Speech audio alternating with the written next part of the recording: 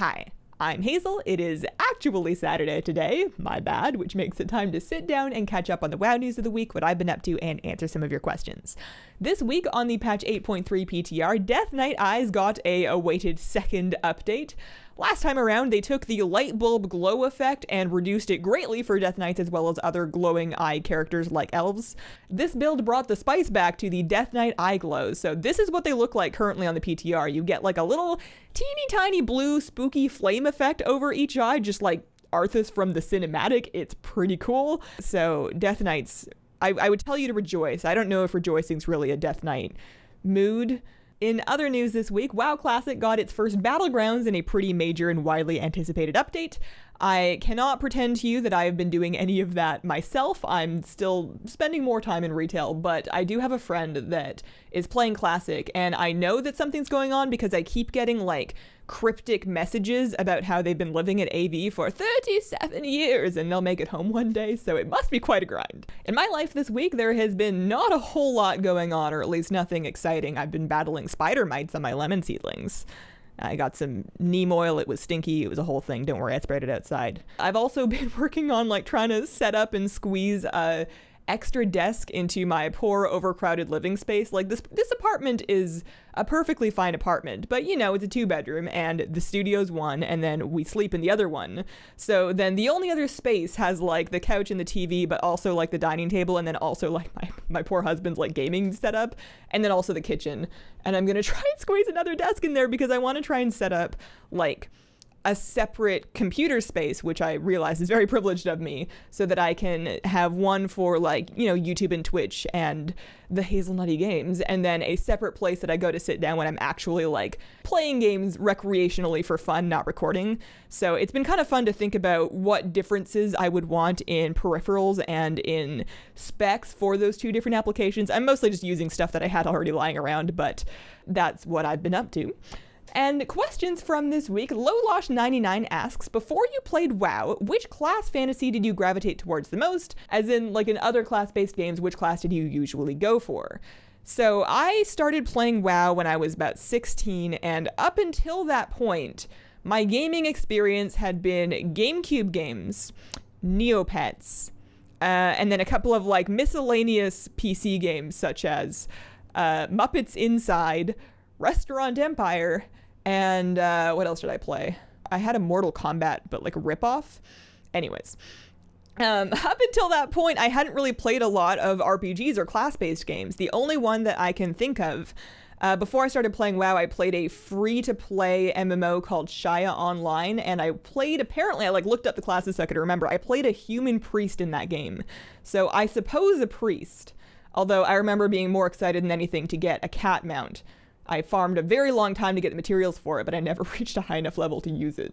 In Monopoly, I always had a soft spot for the iron piece because it was just like very satisfying to slide across the game board, if that counts. Originally, I would have preferred to be the dog because the dog was cuter, but my sister also wanted to be the dog, and at that age, I was just trying to be my own person.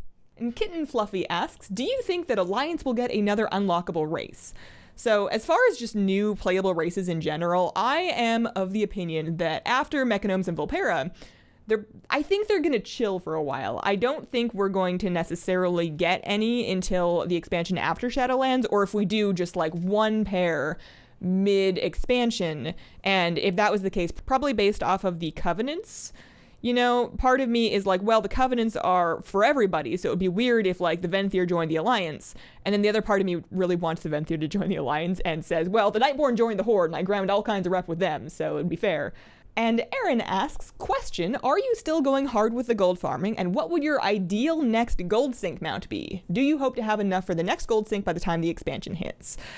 No, I feel like whatever gold sinks that come out within Shadowlands are going to be very, very expensive by BFA standards because they seem to be anticipating a reasonable amount of inflation.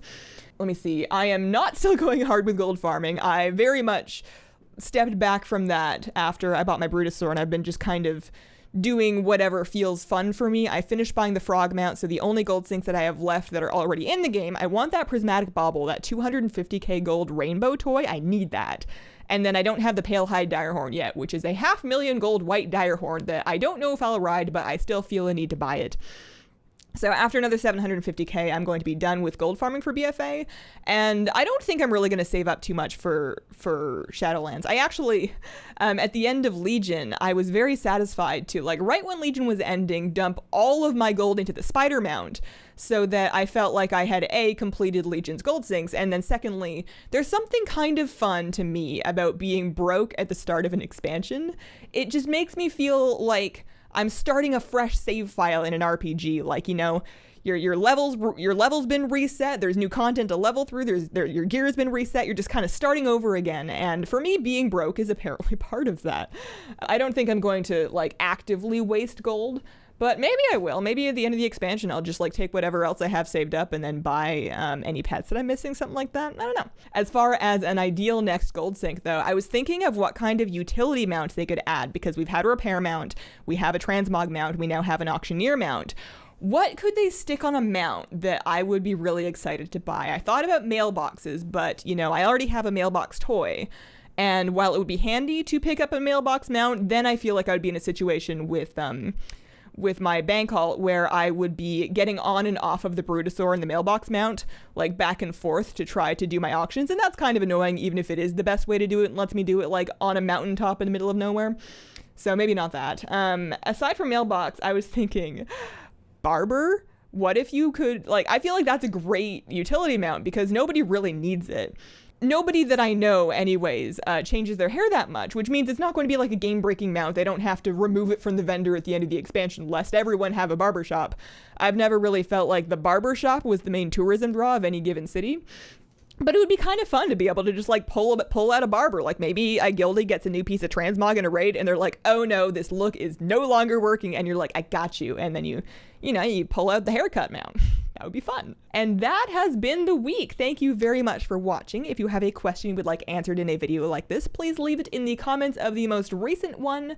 Let me know what you think, and have a wonderful, wonderful day.